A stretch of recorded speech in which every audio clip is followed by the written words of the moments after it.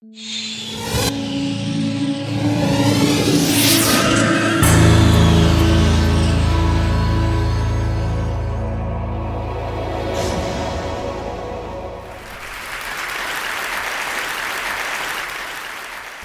do you explain when things don't go as we assume? Or better, how do you explain when others are able to achieve things that seem to defy all of the assumptions? For example, why is Apple so innovative? Year after year after year after year, they're more innovative than all their competition. And yet, they're just a computer company. They're just like everyone else. They have the same access to the same talent, the same agencies, the same consultants, the same media. Then why is it that they seem to have something different? Why is it that Martin Luther King led the civil rights movement? He wasn't the only man who suffered in a pre-civil rights America, and he certainly wasn't the only great orator of the day. Why him? And why is it that the Wright brothers were able to figure out controlled powered manned flight when there were certainly other teams who were better qualified, better funded, and they didn't achieve powered manned flight, and the Wright brothers beat them to it? There's something else at play here. About 3.5 years ago, I made a discovery, and this discovery profoundly changed my view on how I thought the world worked, and it even profoundly changed the way in which I operate in it. As it turns out, there's a pattern. As it turns out, all the great and inspiring leaders and organizations in the world, whether it's Apple or Martin Luther King or the Wright brothers, they all think, act, and communicate the exact same way, and it's the complete opposite to everyone else. All I did was codify it. And it's probably the world's simplest idea. I call it the golden circle.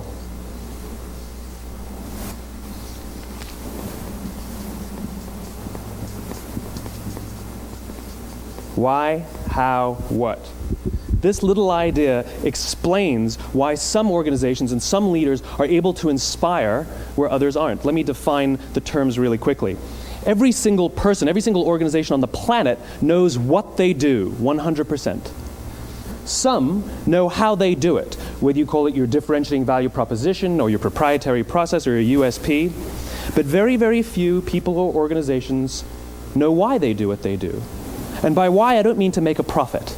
That's a result. It's always a result. By why, I mean what's your purpose? What's your cause? What's your belief? Why does your organization exist? Why do you get out of bed in the morning? And why should anyone care? Well, as a result, the way we think, the way we act, the way we communicate is from the outside in. It's obvious. We go from the clearest thing to the fuzziest thing. But the inspired leaders and the inspired organizations, regardless of their size, regardless of their industry, all think, act, and communicate from the inside out. Let me give you an example. I use Apple because they're easy to understand and everybody gets it. If Apple were like everyone else, a marketing message from them might sound like this: we make great computers. They're beautifully designed, simple to use, and user-friendly. Want to buy one? Meh. And that's how most of us communicate. That's how most marketing is done, that's how most sales is done, and that's how most of us communicate interpersonally. We say what we do, we say how we're different or how we're better, and we expect some sort of behavior, a purchase, a vote, something like that. Here's our new law firm. We have the best lawyers with the biggest clients. We always perform for our clients, do business with us. Here's our new car. It gets great gas mileage. It has, leather seats. Buy our car. But it's uninspiring. Here's how Apple actually communicates. Everything we do, we believe in challenging the status quo. We believe in thinking differently. The way we challenge the status quo is by making our products beautifully designed, simple to use, and user-friendly. We just happen to make great computers. Want to buy one? Totally different, right? You ready to buy a computer from me? All I did was reverse the order of the information. What it proves to us is that people don't buy what you do, people buy why you do it. People don't buy what you do, they buy why you do it. This explains why every single person in this room is perfectly comfortable buying a computer from Apple.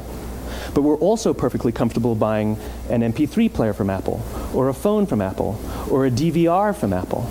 But as I said before, Apple's just a computer company. There's nothing that distinguishes them structurally from any of their competitors. Their competitors are all equally qualified to make all of these products. In fact, they tried. A few years ago, Gateway came out with flat-screen TVs. They're eminently qualified to make flat-screen TVs. They've been making flat-screen monitors for years. Nobody bought one. And Dell came out with MP3 players and PDAs. And they make great quality products, and they can make perfectly well-designed products, and nobody bought one. In fact, talking about it now, we can't even imagine buying an MP3 player from Dell. Why would you buy an MP3 player from a computer company? But we do it every day. People don't buy what you do, they buy why you do it. The goal is not to do business with everybody who needs what you have. The goal is to do business with people who believe what you believe. Here's the best part. None of what I'm telling you is my opinion.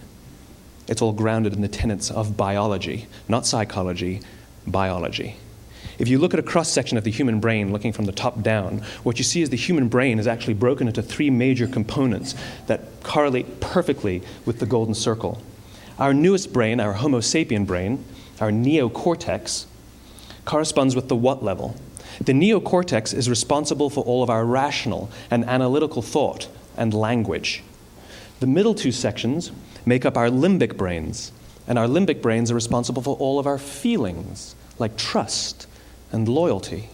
It's also responsible for all human behavior, all decision-making, and it has no capacity for language. In other words, when we communicate from the outside in, yes, people can understand vast amounts of complicated information like features and benefits and facts and figures. It just doesn't drive behavior.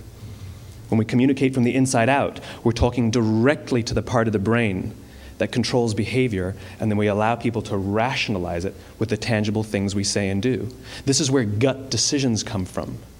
You know, sometimes you can give somebody all the facts and your figures, and they say, I know what all the facts and details say, but it just doesn't feel right. Why would we use that verb? It doesn't feel right. Because the part of the brain that controls decision-making doesn't control language. And the best we can muster up is, I don't know, it just doesn't feel right. Or sometimes you say you're leading with your heart or you're leading with your soul. Well, I hate to break it to you, those aren't other body parts controlling your behavior. It's all happening here in your limbic brain, the part of the brain that controls decision-making and not language. But if you don't know why you do what you do, and people respond to why you do what you do, then how will you ever get people to vote for you or buy something from you, or more importantly, be loyal and want to be a part of what it is that you do? Again, the goal is not just to sell people who need what you have. The goal is to sell to people who believe what you believe. The goal is not just to hire people who need a job. It's to hire people who believe what you believe. I always say that, you know, there's if you hire people just because they can do a job, they'll work for your money. But if you hire people who believe what you believe, they work for you with blood and sweat and tears. And nowhere else is there a better example of this than with the Wright brothers. Most people don't know about Samuel Pierpont Langley. And back in the early 20th century, the pursuit of powered man flight was like the dot-com of the day. Everybody was trying it. And Samuel Pierpont Langley had what we assume to be the recipe for success. I mean, even now, you ask people, why did your product or why did your company fail? And people always give you the same permutation of the same three things. Undercapitalized, the wrong people, bad market conditions. It's always the same three things. So let's explore that. Samuel Pierpont Langley was given $50,000 by the War Department to figure out this flying machine. Money was no problem.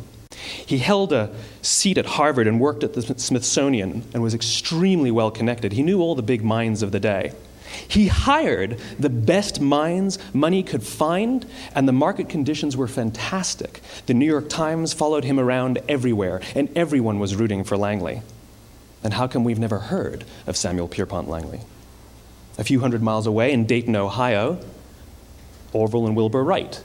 They had none of what we consider to be the recipe for success. They had no money. They paid for their dream with the proceeds from their bicycle shop. Not a single person on the Wright brothers' team had a college education, not even Orville or Wilbur. And the New York Times followed them around nowhere. The difference was Orville and Wilbur were driven by a cause, by a purpose, by a belief. They believed that if they could figure out this flying machine, it'll change the course of the world. Samuel Pierpont Langley was different. He wanted to be rich and he wanted to be famous. He was in pursuit of the result. He was in pursuit of the riches. And lo and behold, look what happened. The people who believed in the Wright brothers' dream worked with them with blood and sweat and tears. The others just worked for the paycheck. And they tell stories of how every time the Wright brothers went out, they would have to take 5 sets of parts because that's how many times they would crash before they came in for supper. And eventually, on December 17th, 1903, the Wright brothers took flight. And no one was there to even experience it. We found out about it a few days later. And further proof that Langley was motivated by the wrong thing, the day the Wright brothers took flight, he quit. He could have said, "That's an amazing discovery, guys. Now we'll improve upon your technology." But he didn't. He wasn't first. He didn't get rich. He didn't get famous. So he quit. People don't buy what you do, they buy why you do it. And if you talk about what you believe, you will attract those who believe what you believe.